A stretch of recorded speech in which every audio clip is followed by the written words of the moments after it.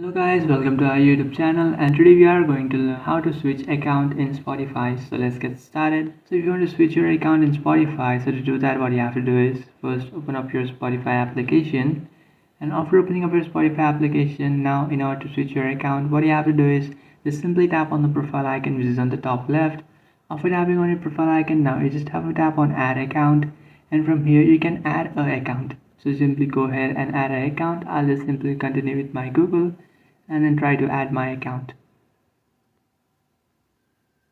So after adding an account, now if you just tap on your profile icon again, which is on the top right, then now you can switch your accounts. So you can just tap on the following account that you have switched from.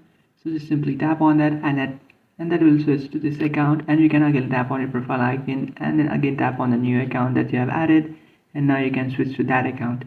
So just follow these steps and you can also switch your account on Spotify. So that's it guys, this is how to switch account in Spotify. If you find this video helpful, don't forget to like and subscribe to our channel. If you have any doubts, feel free to comment below. Thanks for watching.